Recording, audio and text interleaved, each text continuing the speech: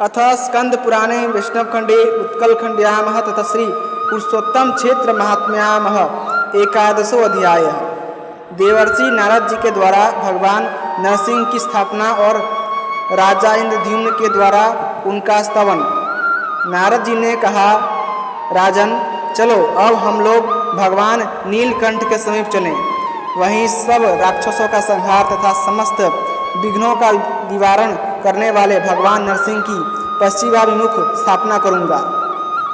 इससे अंतर ध्यान को प्राप्त हुए भगवान विष्णु नरसिंह जी के रूप में प्रकट होंगे और उनके समीप किया हुआ यज्ञ अतिशय फल देने वाला होगा। तुम आगे चलो और शीघ्र ही वहाँ एक मंदिर बनवाओ। मेरे स्मरण करने से विश्वकर्मा का पुत्र आकर शीघ्र पश्चिमाभिमुख मंदिर का निर्माण करेगा। भगवान नीलकंठ के दक्षिण 100 धनुष की दूरी पर जो बहुत बड़ा चंदन का वृक्ष है, उसके पश्चिम का स्थान क्षेत्र होगा। वहीं तुम्हें 1000 यज्ञों का अनुष्ठान करना है। तुम अभी जाओ, मैं 5 दिनों तक अभी यहीं ठहरूंगा और इन ज्योति स्वरूप अनंत शक्ति संपन्न दिव्य नरसिंह भगवान की आराधना करके एक अर्चा विग्रह में इनकी प्रतिष्ठा करूंगा। वे उसमें प्राण इंद्रिय और मन के साथ विराजेंगे। नारद जी की यह बात सुनकर राजा इंद्रद्युम्न चंदन वृक्ष के समीप गए। वहां उन्होंने विश्वकर्मा के पुत्र सुघटक को उपस्थित देखा। सुघटक राजा को देखकर हाथ जोड़कर बोले, हे देव, मैं शिल्प शास्त्र का ज्ञाता हूँ। इस समय आपके परम सुंदर नरसिंह भवन का निर्माण करूँगा। राजा बोले, तुम कोई साधारण शिल्पी नहीं, विश्वकर्मा के पुत्र हो। यह नारद जी ने मुझे बता दिया है। अतः प्राकार और तोरण के साथ नरसिंह जी का सुंदर मंदिर तुम शीघ्र तैयार करो। उसका मुख्य द्वार पश्चिम की ओर होगा। यों कहकर देवशिल्पी का विधिवत पूजन सत्कार करके राजा ने उन्हें मंदिर निर्माण के कार्य में नियुक्त किया और शिला संग्रह करने वाले सेवकों को बहुत धन देकर उस कार्य में लगा दिया। वह सुंदर मंदिर यद्यपि बहुत दिन में बनने वाला था, तथापि देव शिल्पी की महिमा से चौथे दिन ही बनकर तैयार हो गया। तदनंतर 5वें दिन सवेरे नित्य कर्म के पश्चात प्रतिष्ठा विधि की सारी सामग्री एकत्र करके जब राजा नारद जी के आने की प्रतीक्षा कर रहे थे, तभी शंख, मृदंग, ढोल, गीत, मंगल वाद्य तथा हाथियों के घंटों के शब्द सहसा सुनाई पड़े। साथ ही ऊंच स्वर से जय जयकार का शब्द आकाश मंडल में गूंज उठा। इतने में ही नारद जी विश्वकर्मा की बनाई हुई सुंदर नरसिंह मूर्ति को लेकर वहां आ गए। उस मूर्ति में प्राण प्रतिष्ठा हो चुकी थी। उसने दिव्य माला और वस्त्र धारण किए थे। उस पर दिव्य चंदन का अनुलेप किया गया था। वह सब ओर से तेज पुंज से व्याप्त थी और सबको हर्ष प्रदान करती थी। उसे देखकर राजा और उनके अनुयायी बहुत प्रसन्न हुए।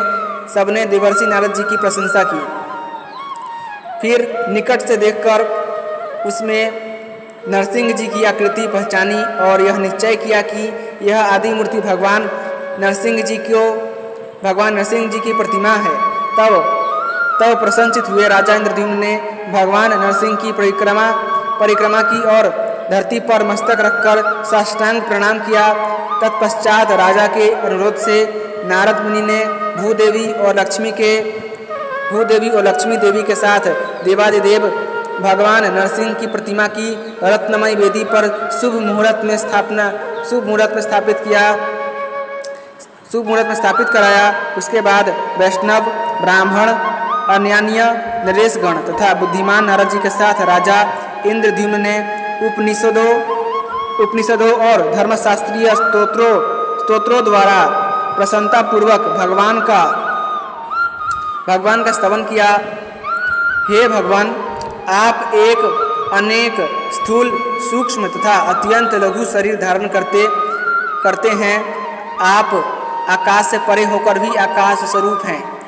आपका रूप सदा एक रस रहता है, अथवा आप अद्वितीय स्वरूप है। आपका आकार आकाश के समान सर्वव्यापी है। आप आकाश में स्थित हैं, आकाश पर आरूढ़ हैं। व्योम केश शिव तथा पद्मयोनि ब्रह्मा आपके ही स्वरूप हैं। दिव्य नरसिंह रूप में प्रकट हुए परमात्मा, आपका नेत्र, आपका तेज कई करोड़ सूर्यों के समान है। प्रभो, आप दुख रूपी समुद्र से मेरा उद्धार कीजिए। आप नित्य समीप हैं, दूर से दूर स्थित हैं, न दूर है न समीप हैं तथा बोध और बोध आपके ही स्वरूप हैं। आप ज्ञेय के भी ज्ञेय हैं, ज्ञान गम्य होते हुए भी अगम्य हैं। माया से अतीत हैं, आप तक किसी भी प्रमाण की पहुँच नहीं है, तो भी लोग अनुमान से आपके विषय में विचार करते हैं। आप सबके आदि, सबके कर्ता, सबको अनुमति प्रदान करने वाले तथा सबके पालक और संहारक हैं। विश्व साक्षीण आपको नमस्कार है। आप ज्योति स्वरूप, ज्ञान रूप, प्रकाश पुंज, व्यूहाकार और सृष्टि के हेतु हैं। दुखों के विनाश करने के एकमात्र कारण होकर भी आप वस्तुतः कारण नहीं हैं। सबके संशयों को छिन्न भिन्न करने के लिए आप सबसे पहले प्रकट हुए हैं। हे स्वामी, आप मुझे अपने चरणाबिंदों की श्रेष्ठ भक्ति प्रदान कीजिए, जो चारों पुरुषार्थों की मूल कारण मानी गई है। भक्तों के अभिष्ट मनोरथ की पूर्ति करने वाले आप भगवान नरसिंह की मैं शरण लेता हूँ। अपने चरणों का आश्रय लेने वाले लोगों की पाप राशि का विनाश करने वाले दया सागर श्री नरसिंह जी को मैं प्रणाम करता हूँ। तीनों लोग जिनके उदर में स्थित है, उन नरसिंह देव को मैं नमस्कार करता हूँ। दिनों पर दया करने वाले हे विष्णु, आपको नमस्कार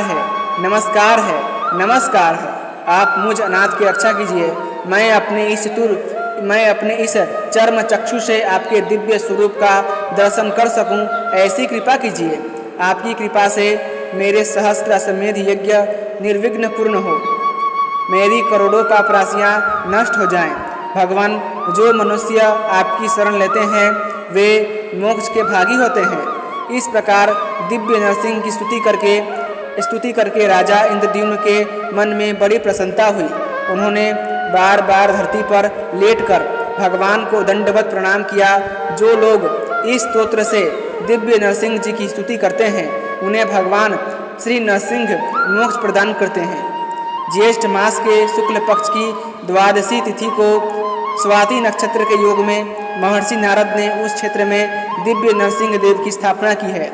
जो लोग वहां उनका दर्शन करते हैं वे सहस्त्र अश्वमेध यज्ञ से अधिक फल प्राप्त करते हैं। जो पंचामृत, दूध, नारियल के रस अथवा सुगंधित जल से भगवान नरसिंह को नहलाते, खीर आदि उपचार समर्पित करके पूजा करते, जवाकुसुम की माला, चंदन, धूप, दीप और तांबूल चढ़ाकर स्तुति पाठ, जय जयकार, परिक्रमा, प्रणाम तथा दान से नरसिंह जी को संतुष्ट करते हैं, वे ब्रह्मलोक को प्राप्त होते हैं।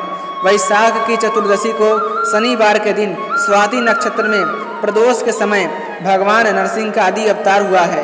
उस तिथि को विधि पूर्वक नरसिंह जी की पूजा करके मनुष्य अपने करोड़ों जन्मों की संचित पाप राशि को तत्काल भस्म कर देता है। जो भगवान नरसिंह का दर्शन, स्पर्श, नमस्कार, भक्ति पूर्वक दंडवत तथा स्तुति करता है, वह सब पापों से मुक्त हो जाता है।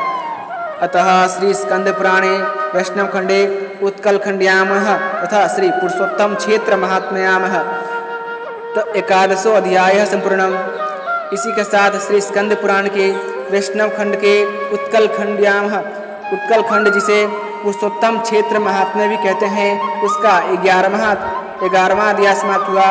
यदि आपको भगवान विष्णु की यह कथाएं पसंद आती हैं तो कृपा करके वीडियो को लाइक करें, चैनल को सब्सक्राइब करें और अपने दोस्तों के साथ अवश्य शेयर कीजिएगा। धन्यवाद। जय श्रीमन्नारायण।